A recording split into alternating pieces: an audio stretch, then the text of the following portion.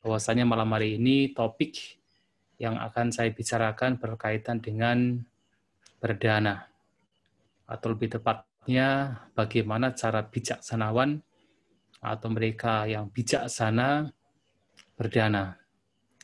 Mengapa saya ingin membicarakan hal ini? Walaupun sebenarnya kalau kita berbicara berdana, itu sudah menjadi topik yang biasa dibahas, biasa didengar, tetapi mengingat pentingnya signifikansi dari berdana, dan juga apalagi pada bulan ini masih merupakan bulan masa Katina, di mana oleh umat Buddha dianggap sebagai bulan yang sangat tepat untuk berdana, maka baik apabila kita kembali mengingatkan kepada diri kita masing-masing mengenai pentingnya berdana, manfaat dari berdana. Bapak Ibu Saudara-saudara sekalian, berdana merupakan salah satu praktek yang sangat dipuji oleh Guru Agung kita Sang Buddha. Banyak khotbah beliau dalam suta-suta, dalam Tipitaka, bagaimana Sang Buddha sangat menekankan pentingnya berdana. Mengetahui manfaat dari berdana Sang Buddha di berbagai khotbah beliau, di berbagai wejangan beliau, sangat menganjurkan kita untuk berdana. Mengapa? Karena segala sesuatu yang baik, dari yang paling simpel, yang paling sederhana, sampai yang paling mendalam, itu semua, terutama adalah yang baik-baik, itu semua bisa diperoleh dengan melalui berdana.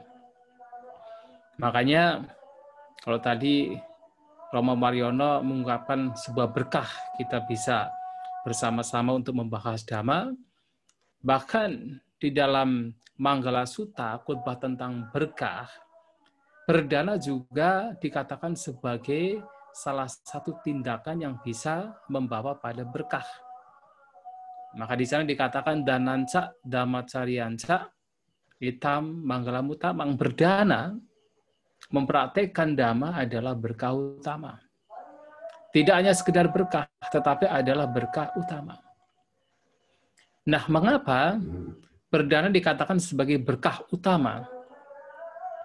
Karena berdana ini bisa memberikan dua jenis kebahagiaan. Baik kebahagiaan duniawi maupun kebahagiaan spiritual. Dan kebahagiaan duniawi tidak hanya diperoleh dalam kehidupan sekarang, tetapi dalam kehidupan mendatang. Kalau Bapak Ibu, saudara-saudari sekalian, pernah, ya tentunya jelas sudah pernah, apalagi di Wihara Balikpapan, di sana ada Bante, maka pasti pernah datang ke wihara dan memberikan persembahan makanan untuk para Bante. Nah, biasanya para Bante mengatakan, ayu wano sukang balang. Bahwasanya orang yang suka berdana itu, berdana makanan, dalam hal ini, akan mendapatkan 4 jenis buah. Ayu, wano, sukang, balang. Umur panjang, keelokan atau kecantikan, ketampanan, kebahagiaan, dan juga kekuatan. Sebagai timbal baliknya, sebagai buahnya, sesuai dengan hukum karma. Dan ternyata kebahagiaan seperti ini yang sifatnya duniawi, yang diperoleh dengan cara berdana, tidak hanya diperoleh pada saat seseorang masih hidup, bahkan setelah kematian, kebahagiaan itu juga akan diperoleh dengan melalui berdana. Sehingga pernah Sang Buddha mengatakan dalam salah satu syairnya, beliau mengatakan bahwa lagi dan lagi yang namanya petani menuai, katakan menyemai benih, kemudian panen. Jadi lagi dan lagi petani menyemai benih, lagi dan lagi petani panen. Lagi dan lagi para pengemis meminta, dan lagi para donatur memberi. Dan lagi para donatur setelah memberi, lagi dan lagi mereka akan terlahir di alam surga. Nah, walaupun pernyataan Sang Buddha ini seperti simpel, seperti sederhana, tetapi apa yang disampaikan Sang Buddha ini memberikan indikasi bahwasanya sudah menjadi habit, sudah menjadi kebiasaan, menjadi sifat alaminya, sudah menjadi kodratnya, bahwa orang yang suka memberi itu akan terlahir di alam surga. Seperti kita melihat sudah menjadi kodratnya yang namanya petani. Itu setiap tahun, bahkan kalau misalnya petani sawah punya irigasi, maka setiap setengah tahun sekali itu menyemai bibit. Dan setiap setengah tahun, kurang lebihnya demikian, akan panen. Akan terus demikian sepanjang hidupnya. Itu sudah menjadi kebiasaan petani. Menyemai bibit, kemudian panen. Menyemai bibit, kemudian panen. Seperti kebiasaan seorang pengemis. Mengemis, meminta, dan akan terus demikian. Dan Sang Buddha menyamakan seperti hanya seorang petani yang sudah menjadi kodratnya kebiasaan menyemai bibit kemudian panen, maka para donatur, orang yang suka memberi juga mempunyai kebiasaan sudah kodratnya lagi dan lagi terlahir di alam surga. Nah, Sang Buddha ini mengatakan demikian bukan atas dasar logika, bukan atas dasar akal, tetapi beliau melihat kekodratan, melihat kebiasaan, fenomena yang terbiasa terjadi pada para donatur yang lagi dan lagi terlahir di alam surga, itu melalui mata dewa, melalui dibacaku. Dengan kekuatan mata dewanya, kekuatan dibacakunya, beliau melihat bahwa sudah menjadi kodratnya orang yang suka memberi akan terlahir di alam surga. Maka di dalam Dhammapada, di sana disampaikan bahwasanya ida mudati, peca mudati, kata punya ubayata mudati. Di sini ia berbahagia, setelah kematian seseorang juga berbahagia. Kata punya pembuat kebajikan berbahagia di kedua alam.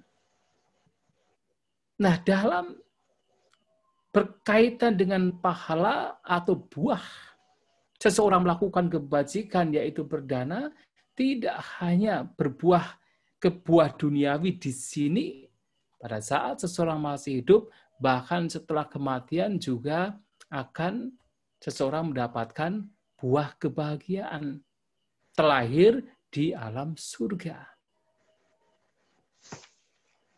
Nah, di dalam salah satu khutbah, yaitu Culakama Vibhanga Sutta, ketika ditanya oleh seorang Brahmana muda bernama Subha, mengapa di dunia ini banyak sekali orang yang, ya katakan masing-masing orang memiliki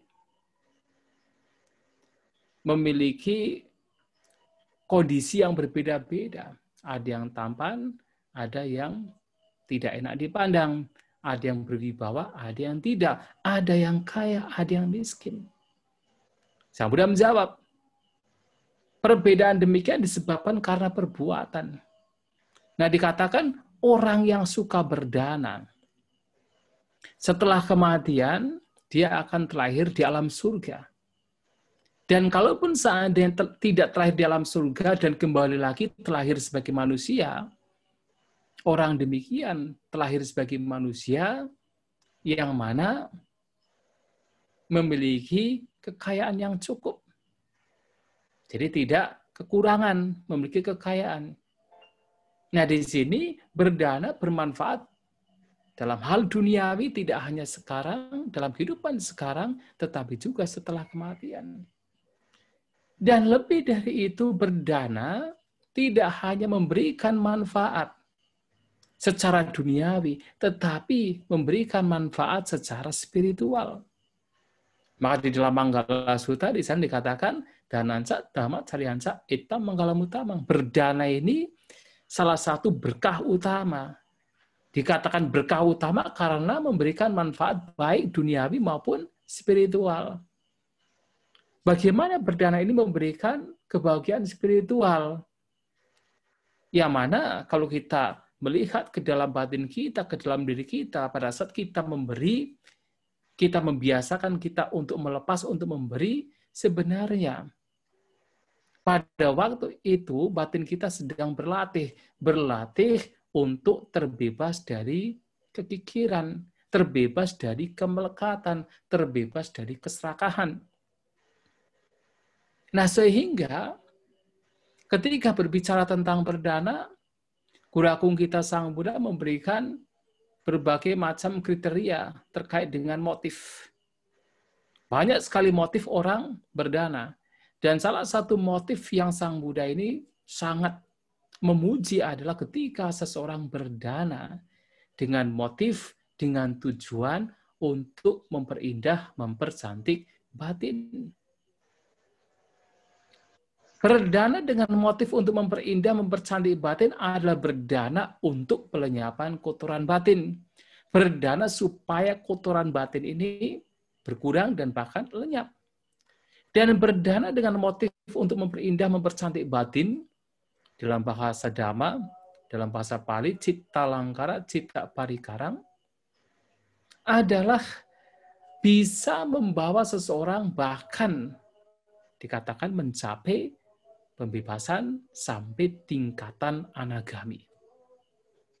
Memang tidak arhat, tetapi sampai tingkatan anagami bahkan bisa dicapai ketika seseorang suka berdana dengan motif untuk memperindah, mempercantik batin. Maka tidak heran bahwa seorang yang telah mencapai kesucian Sotapanna, salah satu kualitas yang sempurna bagi seorang Sotapanna dikatakan adalah Cagga Sampana. Apa itu Cagga Sampana? Cagga Sampana adalah perfect. Katakan mempunyai kesempurnaan di dalam kedermawanan. Jadi orang yang mencapai Sotapanna itu dikatakan sudah pasti dermawan. Kekikiran itu lenyap. Sudah tidak ada kekikiran sama sekali bagi seorang Sotapanna. Nah, sehingga di sini karena manfaat pentingnya berdana, maka di dalam khotbah Sang Buddha dengan berbagai macam cara menganjurkan, menegaskan, memotivasi kepada siswanya untuk berdana. Nah, beliau mengatakan dengan kekuatan mata dewa beliau melihat sehingga mengatakan, kalau seseorang tahu seperti yang saya ketahui manfaat berdana, maka tidak ada satupun orang yang akan makan sebelum bisa memberi kepada yang lain. Bahkan kalau seandainya itu adalah suapan terakhir, tidak akan makan sebelum bisa berbagi kepada yang lain. Tetapi, mengapa kita masih punya kekikiran, kita masih punya kemelekatan, kita tidak suka memberi, bahkan kadang tidak terpikir untuk memberi, ya karena tidak tahu manfaatnya.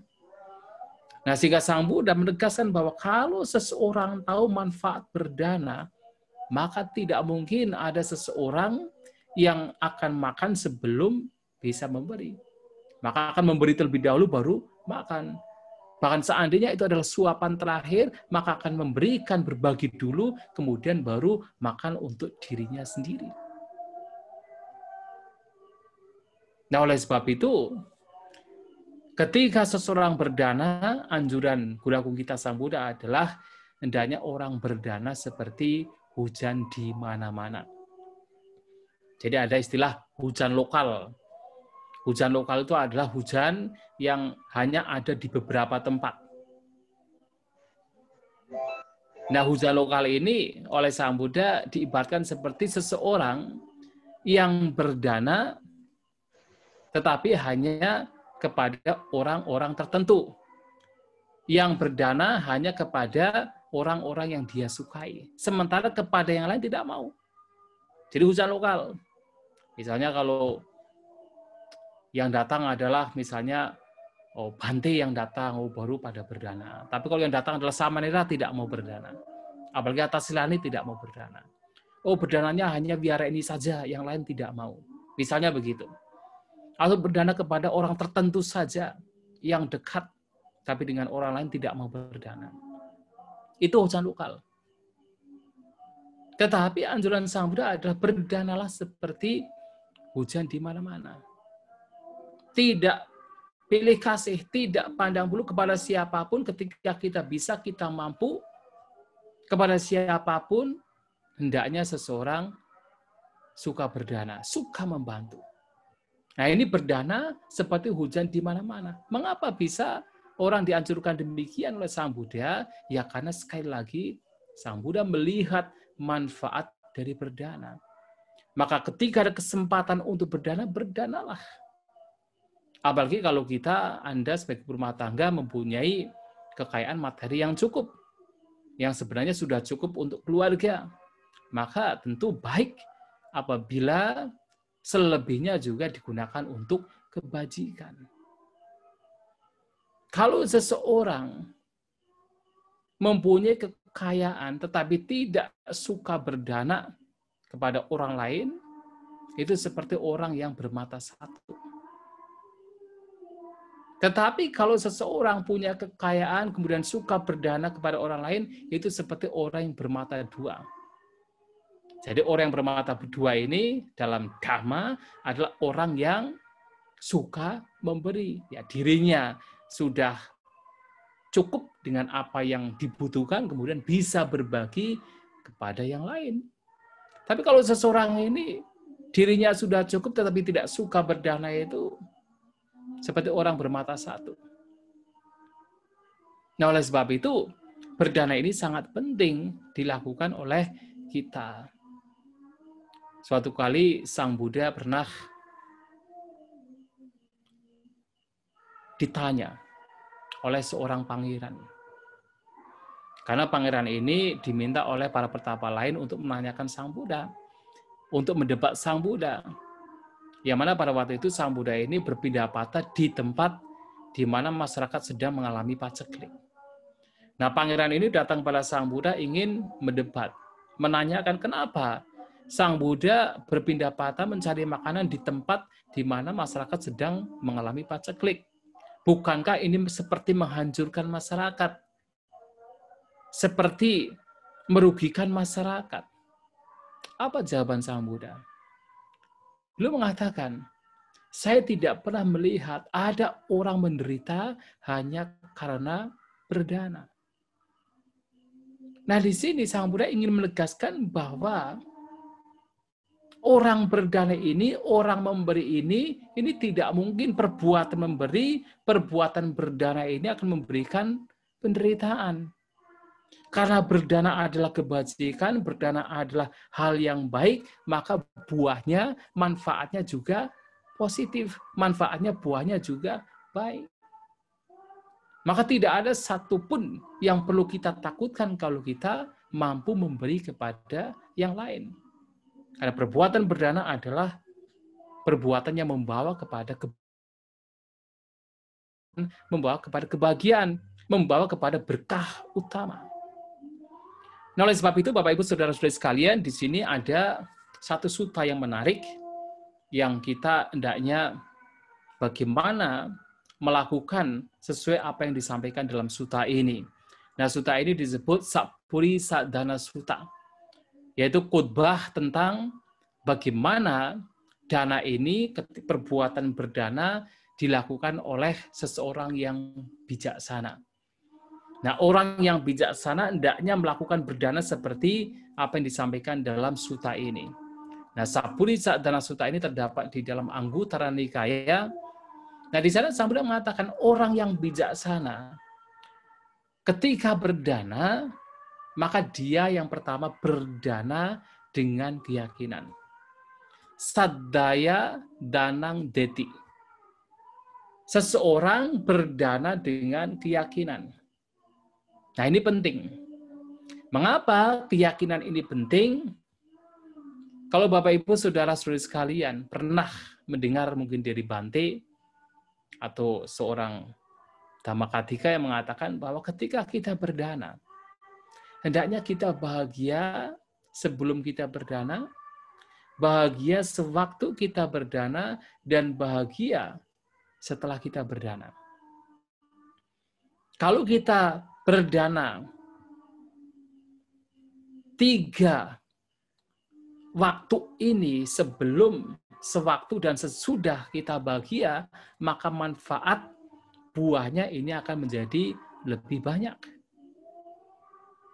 Tetapi seseorang bisa merasa bahagia ketika berdana sebelum, sewaktu, dan sesudah berdana. Seseorang bisa berbahagia.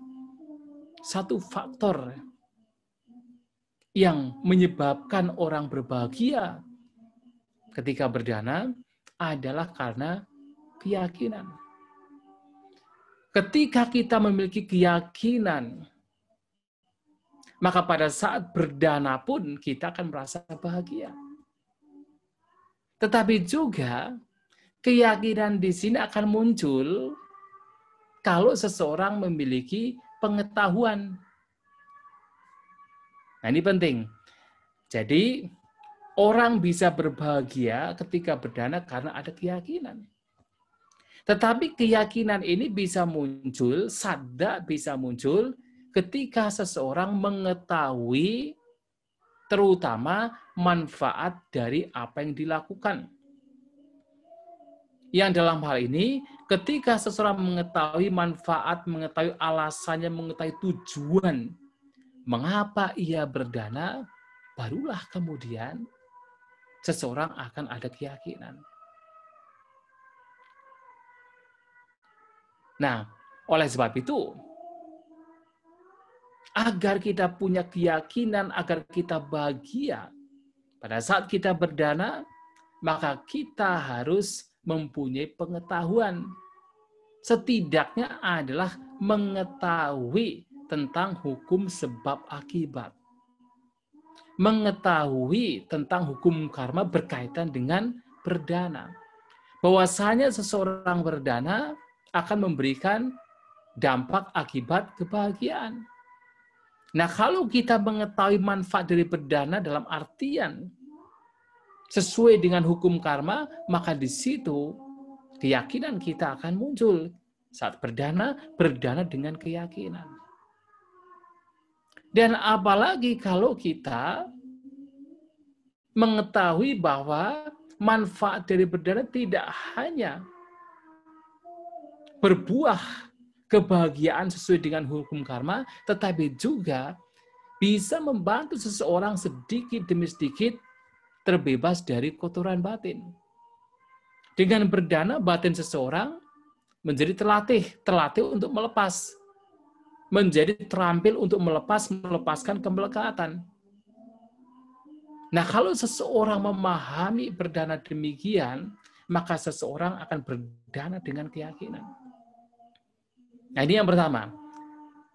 Orang yang bijaksana akan berdana dengan keyakinan. Tetapi keyakinan akan muncul kalau orang mempunyai pengetahuan, mempunyai pemahaman yang benar mengenai manfaat, tujuan, alasan mengapa ia berdana. Nah, yang kedua, sakat sang danang deti. Seseorang yang bijaksana akan berdana dengan apa? Penghargaan. Dengan penghormatan. Apa yang dimaksud dengan berdana dengan penghargaan? Artinya berdana dengan kehati-hatian, dengan kewaspadaan, tidak sembrono, tidak serampangan.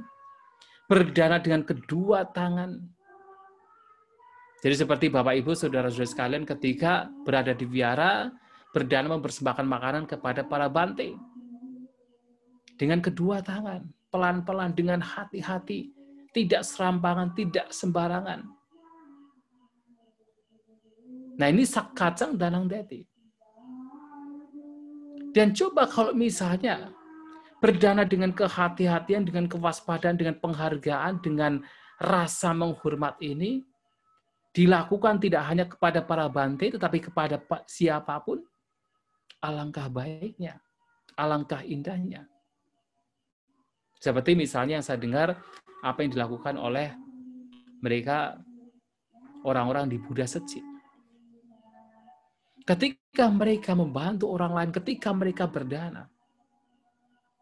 Biasanya kalau orang berdana kan yang berterima kasih adalah yang mendapatkan dana, mendapatkan persembahan.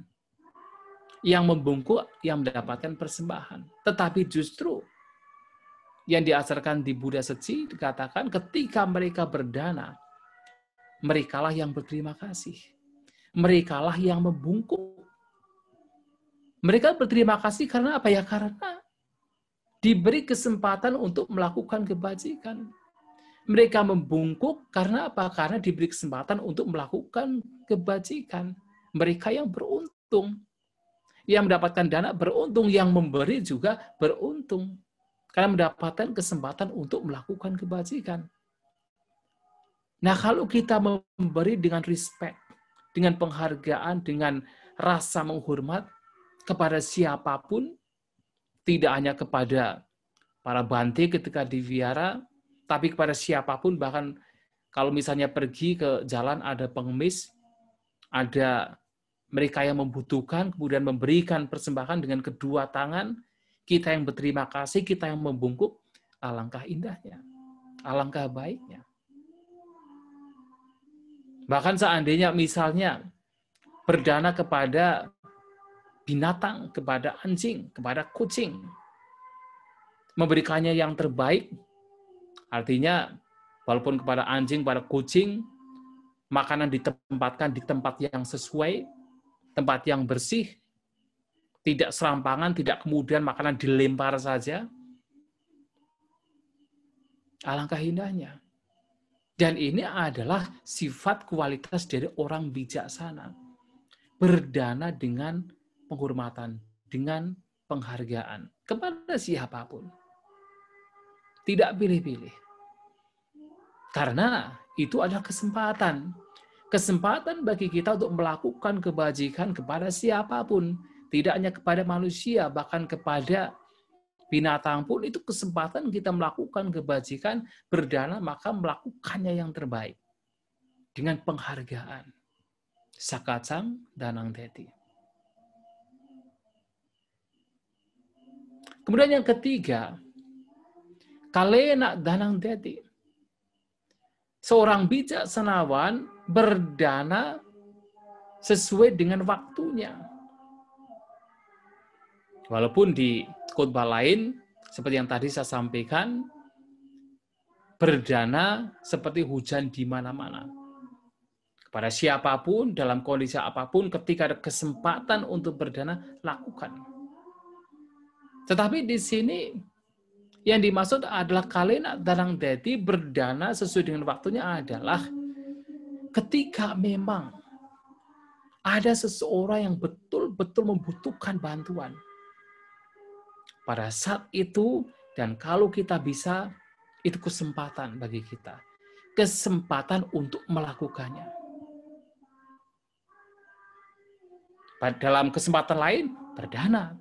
Tetap berdana. Tetapi pada saat ada orang sedang membutuhkan sesuatu, membutuhkan bantuan, dan pada waktu itu digunakan sebaik-baiknya, itulah sifat seorang bijaksanawan. Artinya, kalau ada seseorang yang sedang kelaparan, kekurangan makan, kita mampu, kita beri makanan. Ada seseorang yang sedang kehausan, melakukan perjalanan jauh, kehausan tidak ada air minum. Kita punya air minum, kesempatan bagi kita untuk memberikan air minum. Ada seseorang yang tidak punya baju, kita punya baju, kita punya uang. Kesempatan bagi kita untuk membantu orang tersebut untuk bisa mendapatkan baju. Ada seseorang yang tidak punya sandal, tidak punya sepatu, dan kita mampu. Kesempatan bagi kita untuk bisa membantu orang tersebut. Walaupun seandainya yang kita berikan adalah misalnya sandal second, sepatu second, tetapi masih layak untuk dipakai, kenapa tidak? Karena ada kalanya. Sesuatu yang terkadang kita anggap sebagai remeh. Sesuatu yang kita anggap sebagai seperti tidak berharga. Belum tentu bagi orang lain adalah sesuatu yang tidak berharga. Bagi orang tertentu, sandal second, sepatu second tidak berharga.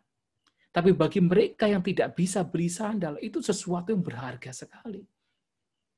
Baju yang sudah dipakai bagi orang tertentu, itu sudah tidak berharga.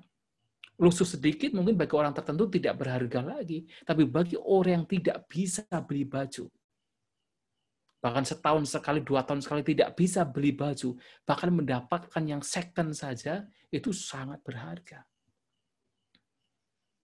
Nah, sehingga kalau ada kesempatan, ada orang-orang yang membutuhkan bantuan dan kita punya, itu adalah kesempatan yang terbaik untuk bisa membantu mereka.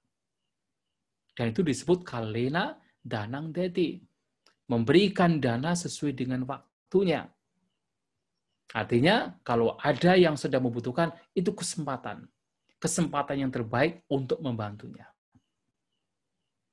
Tapi bukan berarti kemudian dalam kesempatan lain ketika orang itu tidak sedang membutuhkan, kita tidak boleh berdana, ya berdanalah. Tapi ketika ada yang membutuhkan, nah itu kesempatan yang sangat baik bagi seseorang yang bijaksana untuk bisa melakukan yang terbaik untuk membantu orang tersebut. Nah, ini yang ketiga. Lantas yang keempat, anugahita cita danang deti. Anugahita cito danang deti. Artinya adalah seseorang hendaknya berdana betul-betul demi untuk membantu orang lain. Jadi seseorang berdana dengan batin betul-betul untuk membantu orang lain. Nah, ini lebih kepada berdana dengan tidak ada banyak pamrih. Ya. Karena ada kalanya mungkin seseorang berdana supaya apa? Supaya terkenal, supaya namanya bisa dikenal, berdana supaya terlahir dalam surga. Nah, walaupun tentunya orang berdana demikian supaya terkenal, supaya masyhur, supaya terlahir dalam surga, atau supaya mendapatkan timbal balik, saya berdana supaya nanti kalau saya ada kesusahan, orang tersebut berdana lagi kepada saya, membantu saya. Itu jauh lebih baik ketimbang seseorang tidak berdana. Ya, jadi orang yang berdana dengan adanya pamrih itu jauh lebih baik ketimbang orang yang tidak berdana. Tetapi akan jauh lebih mulia lagi adalah ketika seseorang berdana hanya sekedar untuk membantu orang tersebut. Itu jauh lebih mulia lagi. Jadi bukan untuk dirinya sendiri, tetapi betul-betul atas dasar kasih sayang, atas dasar cinta kasih untuk membantu kesulitan orang tersebut. Dan tentu tidak hanya berdana materi, bahkan ketika berdana dhamma, dana dhamma, ya berdana dhamma juga sama. Bahwasanya kalau kita perhatikan ada satu sutta, ya di dalam Uddhaya Sutta. Nah, dalam Uddhaya Sutta ini dikatakan bahwa ada beberapa kualitas bagi seorang Dhammakattika, pembicara dhamma. Yang mana salah satu kualitas yang harus dimiliki oleh seorang pembicara dhamma adalah apa? Seseorang berdana betul-betul atas dasar kasih sayang. Betul-betul atas dasar kasih sayang, bukan untuk tujuan yang lain. Nah, sehingga ada satu sutta lagi, ada di dalam itu Kassapa Sanyutta, di sana menarik sekali. Sang Buddha mengatakan, memuji Bhante Kassapa. Pujiannya adalah salah satunya, Bhante Kassapa ini ketika membabarkan dhamma, memberikan dhamma kepada siapapun, apakah kepada para bhante lain atau kepada berumah tangga, itu hanya ada 2 tujuan. Yang pertama adalah karena hormat kepada dhamma itu sendiri, atas dasar respect hormat kepada dhamma itu sendiri. Yang kedua, hanya sekedar demi manfaat dari yang mendengarkan dhamma. Bahkan tidak memunculkan sebuah pemikiran yang sebenarnya tidak pantas juga. Yang kadang-kadang mungkin seseorang berpikir, saya membabarkan dhamma supaya orang itu punya keyakinan terhadap saya. Itu adalah kotoran batin. Tentu kalau kita membabarkan dhamma supaya orang itu punya keyakinan terhadap dhamma, itu baik. Tapi kalau seseorang berpikir supaya orang tersebut punya keyakinan terhadap saya, nah itu yang merupakan kotoran batin. Maka berdana ini pun juga akan jauh lebih mulia apabila tujuannya adalah sekedar betul-betul untuk supaya orang yang kita bantu terbebas dari kesulitan. Betul-betul untuk membantu orang tersebut. Betul-betul atas dasar kasih sayang. Bukan tujuan yang lain. Walaupun tujuan yang lain itu masih lebih baik ketimbang orang yang tidak berdana. Ketimbang orang yang tidak memiliki kepedulian. Berdana dengan pamrih masih lebih baik. Tetapi akan lebih mulia lagi apabila pamrihnya hanya satu, demi supaya orang tersebut yang kita bantu terbebas dari penderitaan, terbebas dari kesulitan, bukan untuk diri sendiri. Apalagi kalau kita berbicara hukum karma itu sebenarnya kan kita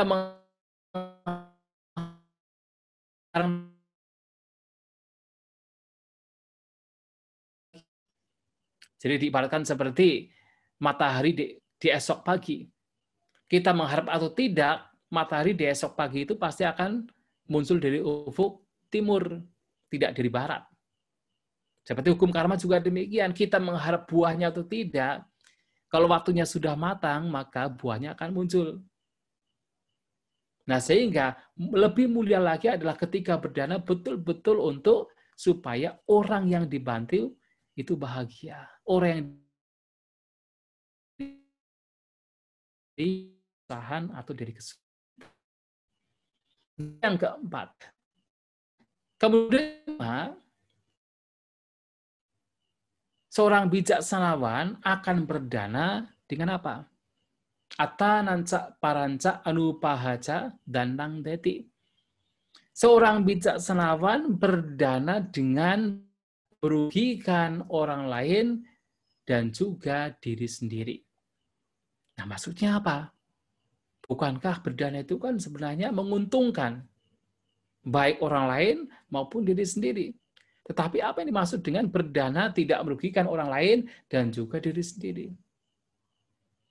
Nah, dalam kitab ulasan dijelaskan, yang dimaksud berdana tidak merugikan orang lain dan diri sendiri adalah ketika seseorang berdana tidak dengan tujuan untuk merendahkan orang lain dan menyombongkan diri kita sendiri. Artinya, ada kalanya mungkin seseorang berdana, tetapi tujuannya apa? Tujuannya supaya kita merasa saya itu bos, saya itu lebih tinggi, kamu yang saya kasih dana itu hina, rendahan. Ada yang demikian. Atau misalnya berpikir bahwa ketika berdana kemudian merasa dananya lebih besar, kemudian melirik yang lain, yang dananya lebih kecil. Kemudian dalam pikiran seperti merendahkan orang tersebut. Dalam batin tanpa disadari ada kesombongan. Oh, saya lebih besar, lebih baik, kamu lebih kecil. Nah, merendahkan orang lain meninggikan diri sendiri.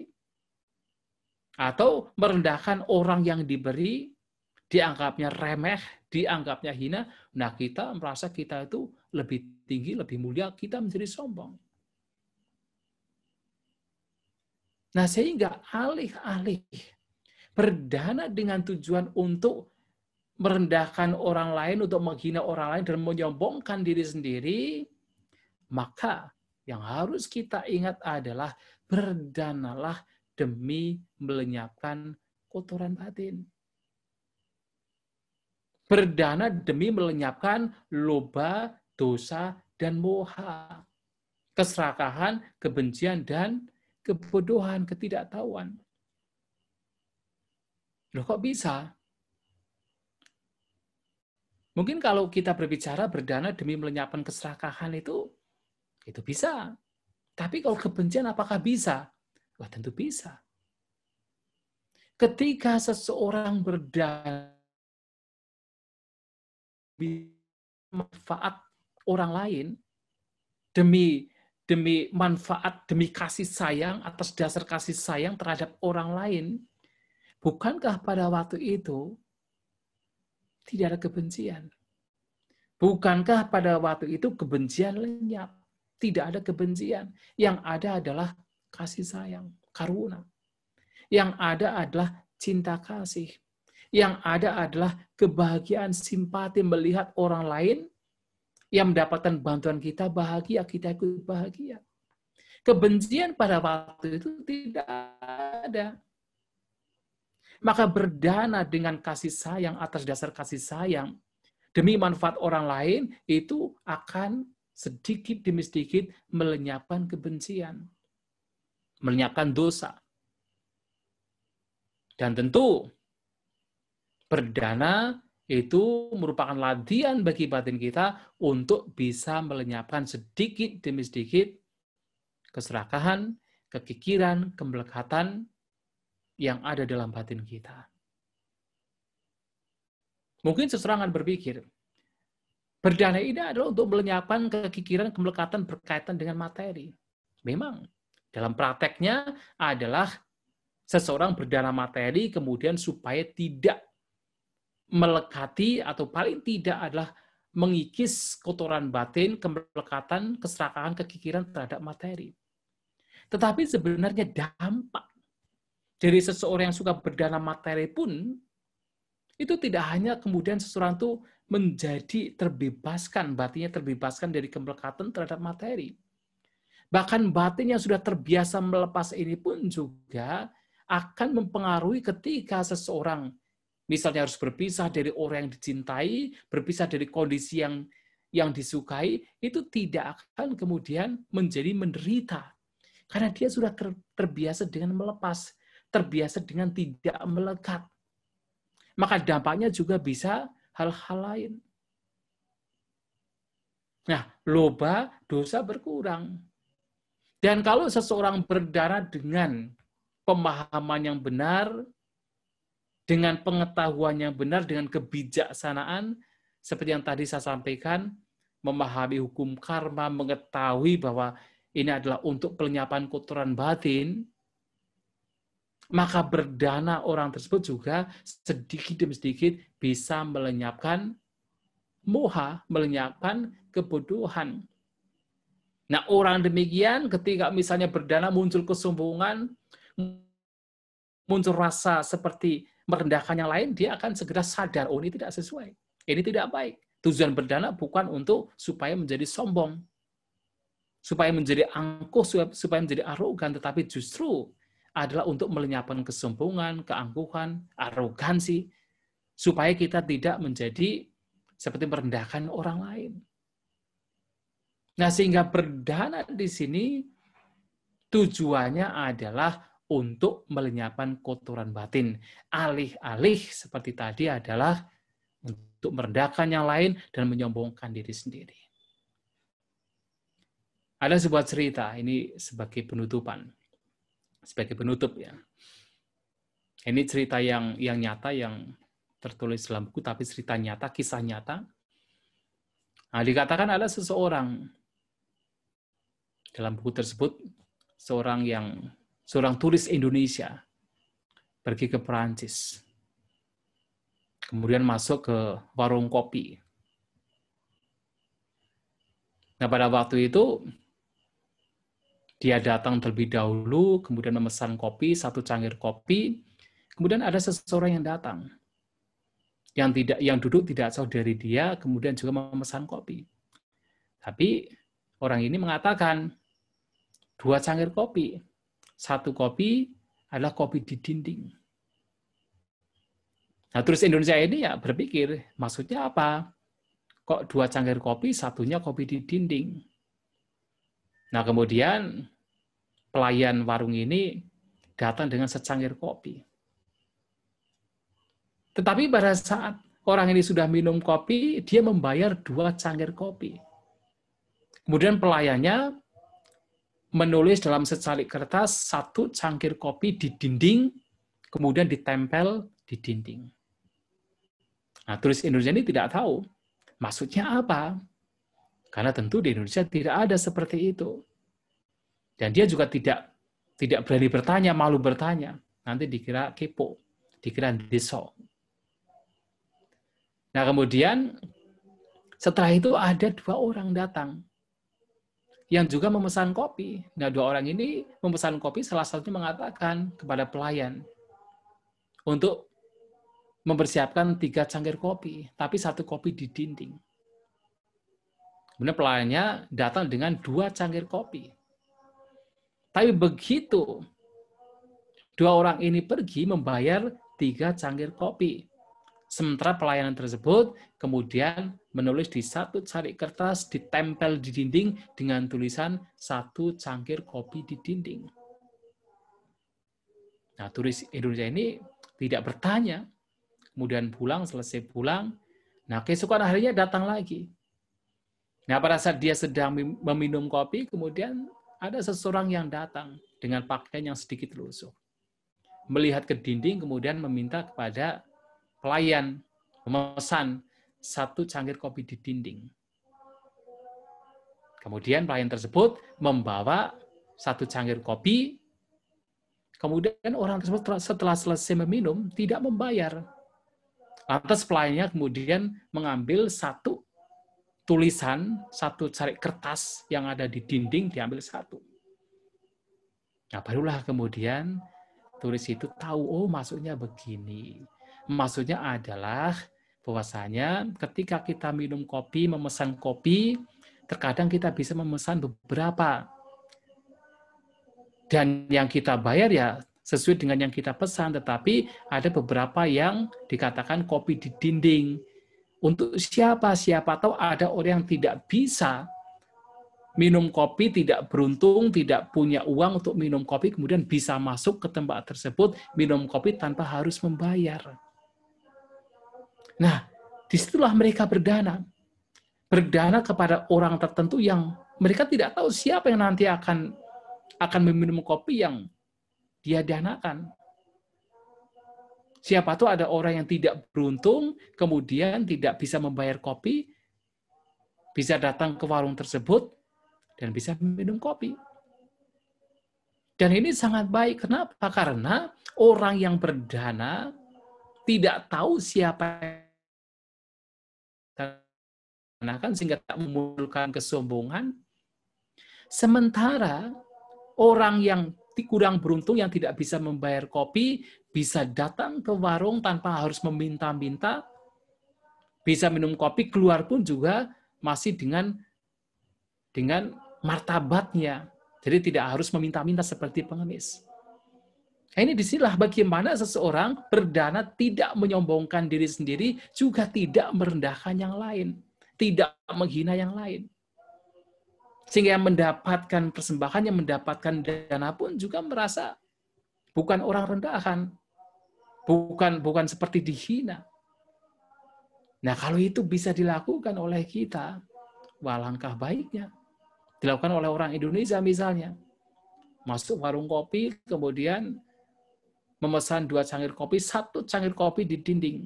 Nah, siapa tahu ada orang yang tidak beruntung, kemudian bisa masuk warung tersebut, bisa minum kopi.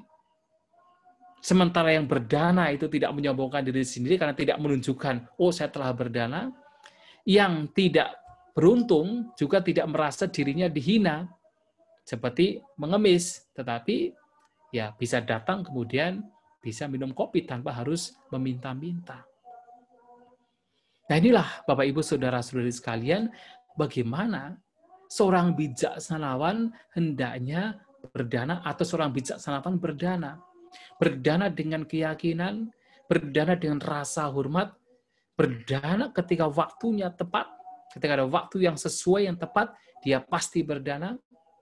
Berdana hanya sekedar ingin membantu orang lain, ingin meringankan beban orang lain, dan juga berdana tanpa menyombongkan diri sendiri dan merendahkan yang lain, tetapi berdana hanya sekedar untuk melenyapkan kotoran batin.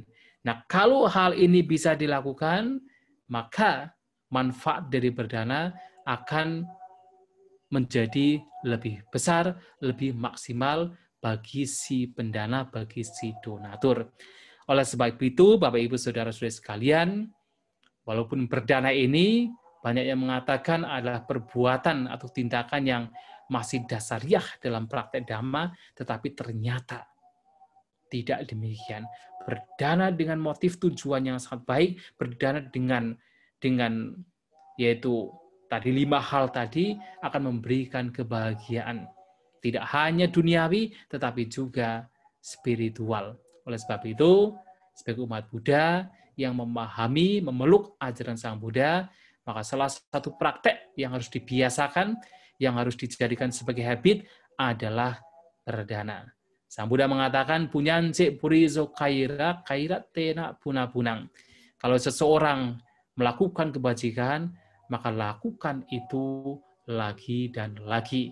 Berulang-ulang, terus-menerus, berkesinambungan, sampai menjadi habit, kebiasaan bagi orang tersebut.